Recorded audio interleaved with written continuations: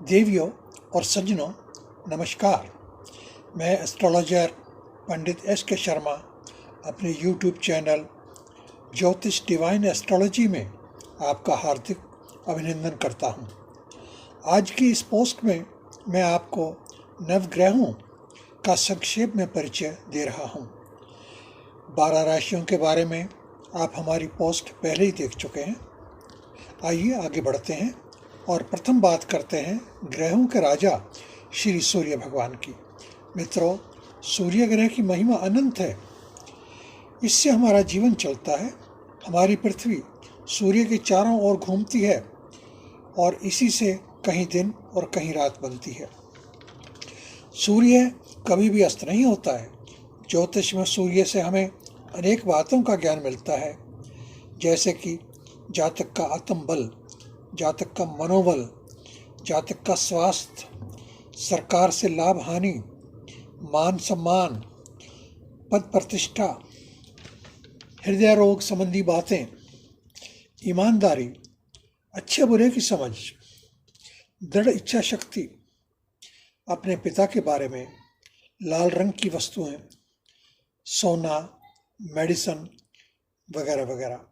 इतना ही नहीं, सूर्य ग्रह को सनातन धर्म के अनुसार भगवान नारायण का साक्षात रूप मानकर इनकी उपासना भी की जाती है। आप सभी जानते हैं, सूर्य महाराज को प्रातःकाल जल देने का विधान तो हजारों सालों से चला आ रहा है, जिसका हम सभी लाभ उठाते हैं। आगे बात करते हैं हम चंद्र ग्रह की। चंद्रमा एक बहुत ही सौम्य ग्रह है। जन्म कुंडली में चंद्र ग्रह का महत्व बहुत अधिक माना जाता है।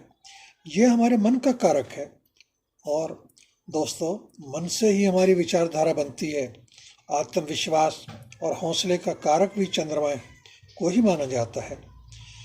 चंद्रमा और भी अनेक बातों का प्रतीक है, जैसे मानसिक स्थिति, भावुकता, कोल्ड एंड कफ, नाक, कान, आँख के बारे में, पुण्य और पाप का विचार, ब्लड प्रेशर, जल, लंग्स, हिंदी में फेफड़े कहते हैं, पीस ऑफ माइंड, नींद का ना आना, माता के बारे में, मासी और माता का परिवार, और सिल्वर के गहने, शुगर, सॉल्ट, दूध, दूर दराज की यात्राएं, संगमरमर, मोती, भगवान शिव की भक्ति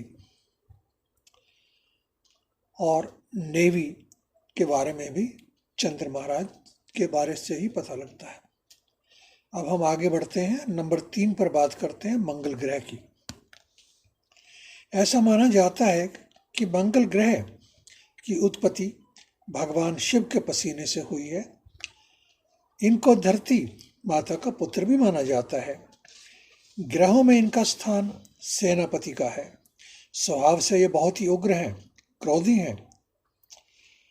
इन्हें बहुत उग्र गुस्सैल माना जाता है। इनका एक नाम अंगारक भी है, जिसका मतलब देखते हुए अंगारे से मिलता जुलता है। ऐसा माना जाता है मंगल ग्रह प्रसन्न हो जाए तो बहुत कुछ दे देते हैं और नाराज हो जाए तो सर्वनाश तक भी हो जाता है।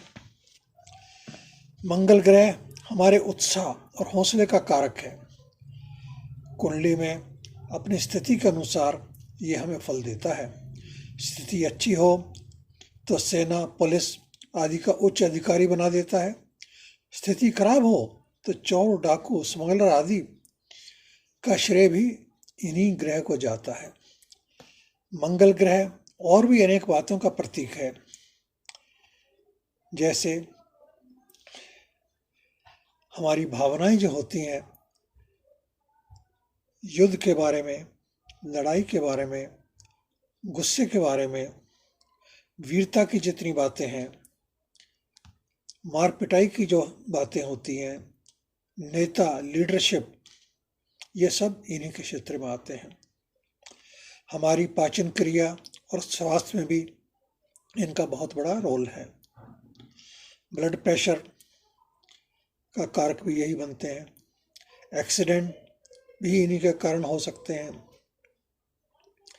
अग्नि का कारक भी मंगल महाराज को माना जाता है।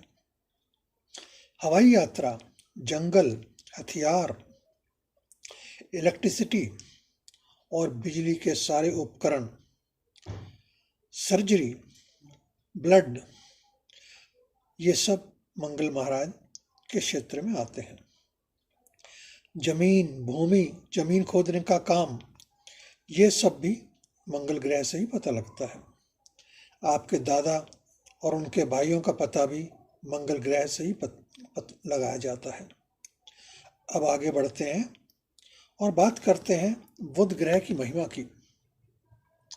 बुध ग्रह को विष्णु स्वरूप माना जाता है। यह एक बहुत ही सौम्य ग्रह है। बुध के अधिकार क्षेत्र में जो कार्य आते हैं उनका मैं वर्णन करता हूँ। हमारे शरीर में स्किन, नर्वस सिस्टम, इन्हीं के क्षेत्र में आते हैं।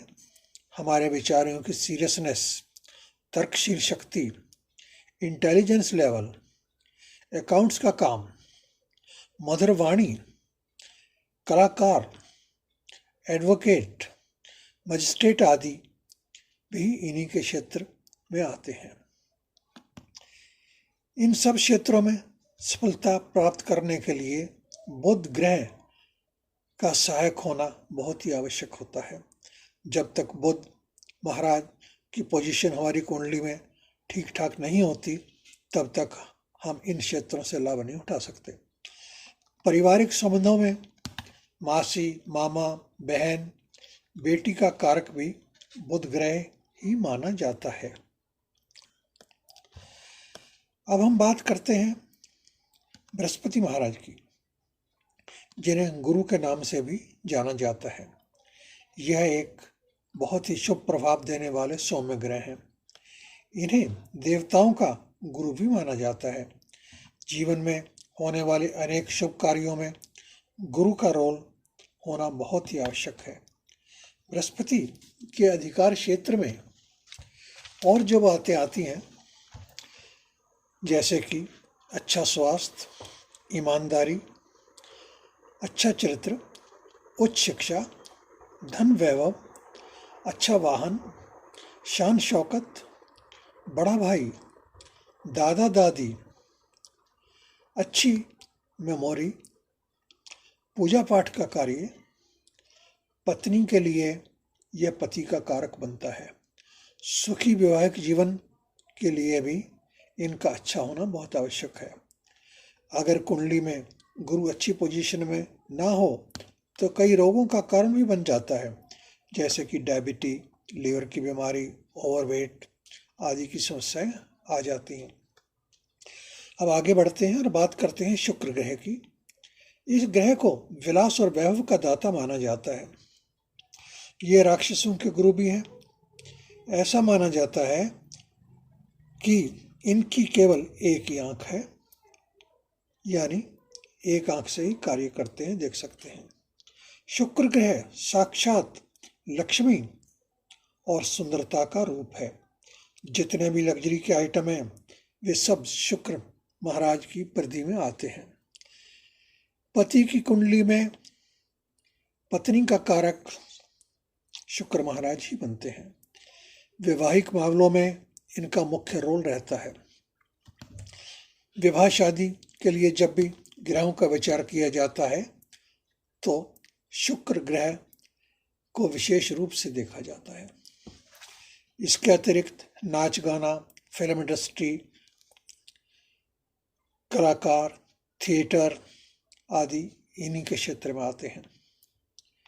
आगे बढ़ते हैं। अब बात करते हैं विश्व के न्यायाधीश श्री शनि महाराज की, जिनका नाम सुनते ही लोग डर जाते हैं, परंतु मित्रों ऐसा सोचना ठीक नहीं है। शनि महाराज तो जातक को उसके सत्कर्म और दुष्कर्म का हिसाब किताब कराते हैं। अगर आपने अपना जीवन ईमानदारी, सदाचारी से निभाया है तो ये आपको अच्छा इनाम देते हैं। अगर आपने अपना जीवन इसके विपरीत निकाला है, गलत तरीके से कार्य किया है, तो इनके दंड देने से कोई बच नहीं सकता। साढ़े साथी का नाम तो आप सब जानते ही हैं। साढ़े साथी जातक के जीवन में जब भी आती है तो कुछ ना कुछ विशेष होता है। आपके कर्म अच्छे होते हैं तो आपको इनाम मिलता है, और अगर आपके कर्म ठीक नहीं होते तो फिर आपको इसका हिसाब किताब भी देना पड़ता है।